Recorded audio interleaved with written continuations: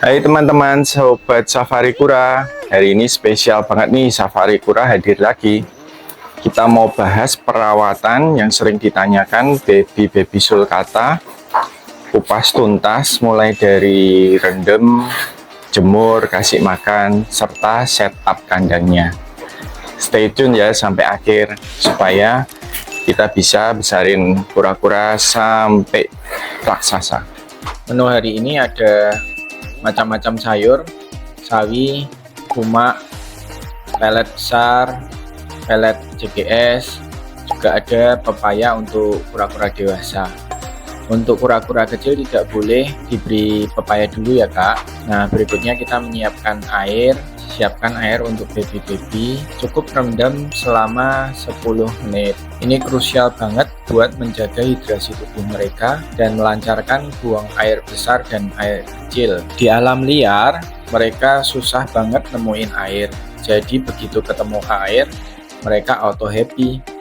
Minum dan langsung pup dan pipis. Pastikan air hangat sekitar 30 derajat Celcius. Jangan keburu nafsu pakai air panas atau malah air dingin ya. Kasihan si kecil. Batas rendam kira-kira hanya seperti ini. Cukup seleher mereka sehingga mereka masih dapat bernafas dengan baik. Setelah puas minum, biasanya mereka akan mengeluarkan kotorannya.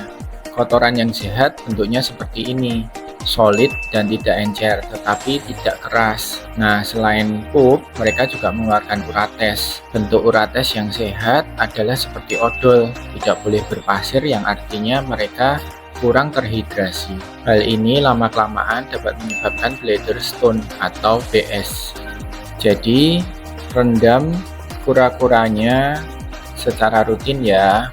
Kalau lagi musim hujan bisa 2 hari sekali atau 3 hari sekali. Kalau cerah dan ada waktu boleh setiap hari. Nah sambil direndam boleh banget disikat-sikat lembut tempurungnya biar bersih. Praktis kan? Sekalian kalau sudah direndam biasanya mereka tidak pup lagi di kandang. Jadi kandangnya akan selalu bersih dan sehat. Nah sambil menunggu kura-kura kita berendam, kita bisa membersihkan kandang-kandang atau bekas-bekas kotoran yang ada di box kura kita sambil dijemur dan dibuang kotorannya agar bakteri-bakteri yang jahat dapat mati oleh sinar UV matahari. Waktu rendam yang baik biasanya di jam 8 sampai jam 9.30. Di situ sinar matahari sudah hangat tapi tidak terlalu terik. Langkah berikutnya setelah 10 sampai 15 menit direndam, kita ambil baby kura tersebut lalu keringkan dengan tisu. Bagian yang paling penting adalah bagian ketiaknya, bagian belakang dan tempurung bagian bawah. Kita jemur kering sambil terkena sinar matahari. Kita bisa memberikan makanan. Kalau di Safari Kura kita pertama berikan pelet untuk memastikan asupan nutrisinya terpenuhi.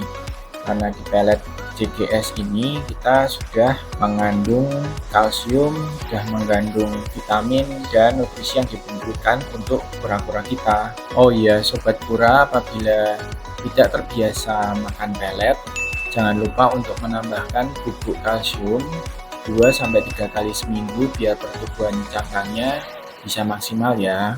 Setelah tadi mereka mandi pagi, waktunya sarapan sambil berjemur.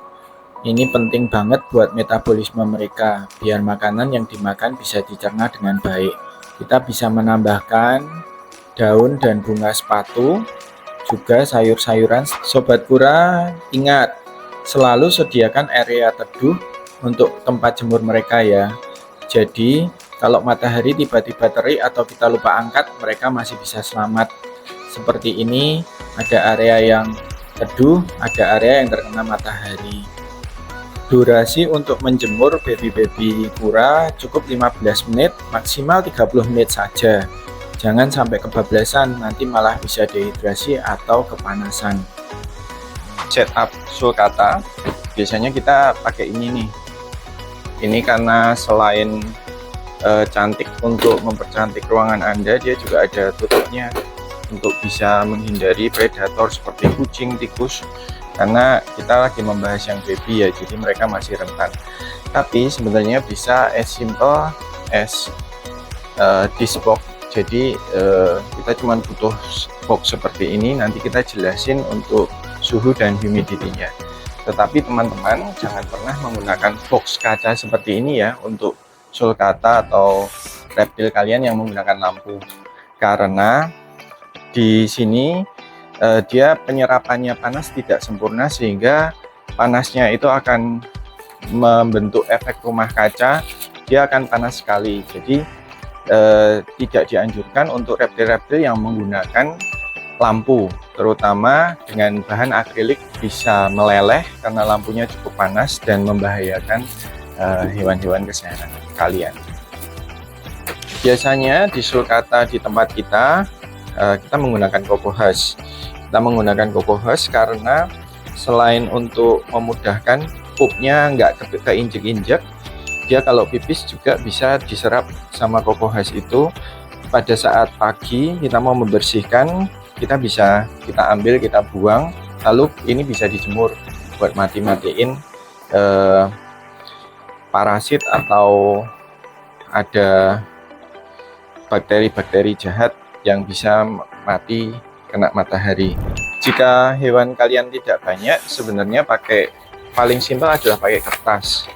Biasanya bisa pakai kertas koran, tapi karena susah cari kertas koran sekarang, kita pakai kertas merang ini namanya, coklat. Nah, di sini nanti setiap pagi tugas kita adalah mengambil kertas ini, lalu membuang semua yang bagian-bagian kotor-kotor ini, dipastikan dilap di kandangnya agar kering dan bersih. Lalu box ini bisa dijemur. Atau kalian bisa juga untuk menggunakan karpet seperti ini. Jadi perut sulcata kalian akan selalu kering karena kotorannya turun ke bawah. Sekarang apa saja alat-alat yang diperlukan untuk sulcata? Sebenarnya alat yang paling rekomendasi dan diperlukan untuk pelihara kura-kura, terutama sulcata, itu adalah termometer. Ini ada termometer, ada hygrometer, keduanya sama, yang satu pakai baterai, yang satu manual. Jadi di sini menunjukkan suhu, di sini menunjukkan kelembapan. Biasa kita sebut humidity, kelembapan.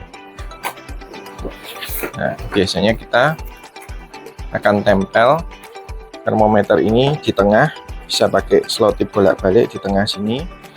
Lalu kita akan tempelkan lampu jepit di sebelah sini. Lampu jepit di sebelah sini.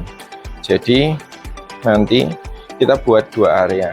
Area sebelah sini adalah area panas, area sebelah sini adalah area dingin. Nah, tugas kalian adalah di tengah sini suhunya adalah 30-31 derajat, sehingga area yang di sebelah sini terkena lampu itu akan lebih dari 30 derajat. Biasanya kita kondisikan maksimal di 35 derajat. Area di sebelah sini bisa lebih kecil, lebih dingin dari 30 derajat. Jadi kura-kuranya bisa pilih ke kiri atau ke kanan. Ada gradasi untuk suhunya. Nah, setup berikutnya kita bisa kasih hiding cave. Jadi ilustrasinya sebelah sini area panas, sebelah sini area dingin. Biasanya kita kasihin tempat makan di sini. Ini bisa untuk dia basking di sebelah sini untuk berjemur, lalu dia bisa makan, minum. Sini bisa kita kasihin sayur. Udah deh, kita masukin sulcatanya.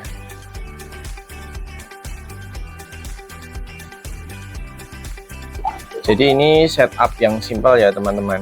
Ini bisa tanpa cave, bisa tanpa ini, juga hanya satu kotak ini. Yang penting kalian sulcata kalian punya gradasi suhu, bisa dia pilih panas, bisa dia kalau panasin bisa milih ke dingin. Jadi selalu arahkan lampu ke satu bagian ini, satu kotak. Baik boxnya kayu, mau terrarium, mau box plastik, kalian harus selalu punya area panas dan area dingin. Safaricura biasanya tidak kita beri air, kita beri minum, tapi kalau misalnya kalian mau beri minum, beri air di kandangnya tidak masalah, cuman harus dipastikan selalu bersih ya airnya. Kalau kita setiap pagi akan rendam, jadi bisa minum setiap pagi pada waktu kita rendam, dan mereka juga dapat asupan air pada saat makan sayuran-sayuran tersebut. Yang esensial untuk kura-kura sulcata itu sebenarnya adalah ini UVA. Ini sebenarnya UVA, dia itu untuk panas, jadi untuk mengkondisikan kandang-kandang kita agar bisa mencapai suhu 30-31 derajat. Apabila kandang di rumah kalian sudah lebih dari suhu tersebut, sebenarnya juga nggak perlu pakai UVA, cuman kebanyakan sih perlu karena di dalam rumah pasti tidak nyaman kalau suhunya 32-33. Nah, yang paling esensial itu adalah temperatur, karena kita butuh untuk ngecek kandang kita suhunya berapa. Nah, fitting digunain untuk pasang UVA nya. Jadi alat ini, dua ini sebenarnya yang paling esensial selain box ya teman-teman. Kalau misalnya ada dana yang lebih, kita bisa gunain ini UVB. UVB ini adalah pengganti sinar matahari, dia warnanya putih, dan UVB itu tidak panas. Jadi kalau UVB panas berarti itu UVA, atau mungkin UVA plus UVB. Jadi untuk mengolah dari kalsium ke D3 dia butuh UVB. 12 aturan mainnya adalah 12 jam UVB kita nyala full itu sama dengan 15 menit sinar matahari. Jadi kalau sebenarnya kita bisa jemur sinar matahari, kita tidak perlu gunain UVB, karena UVB ini lumayan mahal nih teman-teman. Jadi kalau ini 20 ribuan, ini bisa 100 ribu lebih. Nah, cuman kalau musim hujan yang berkepanjangan, misalnya sampai seminggu 2 minggu nggak ada matahari, atau kita tinggal kerja tidak bisa jemur, kalian perlu UVB ini di kandang. Jadi gunakan dua fitting, satu UVA, satu UVB di kandang kalian. Alat penunjang lain bisa ada karpet, ada tempat makan, ada basking, ada tempat minum, ada tempat makan, macam-macam. Kalian sebenarnya bebas.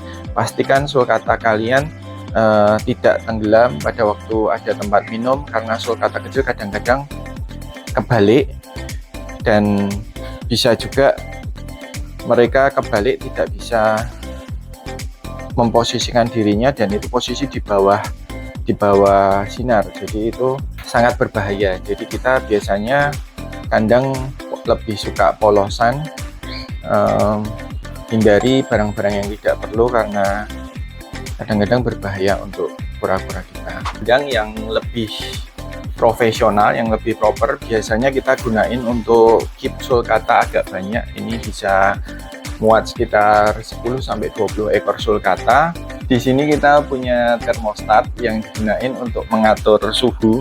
Biasanya ini kita set antara 31 sampai 32. Pemanasnya biasanya ada di tengah-tengah ini. Pemanasnya ada di tengah-tengah sini. Di sini kita gunain UVB yang panjang agar sinarnya bisa merata, dan kita gunakan UVA satu spot di sebelah sini untuk area panas. Jadi biasanya kita area panas di sebelah sini, lalu UVB harus merata biar sulcatanya kalau jalan-jalan bisa kena semua UVB-nya. Kalau hujan mereka tidak keluar, mereka ada di sini, kita bisa kasih makan di sini. Tapi selalu pastikan kunci keberhasilan melihara sulcata adalah kandang dan environment yang bersih.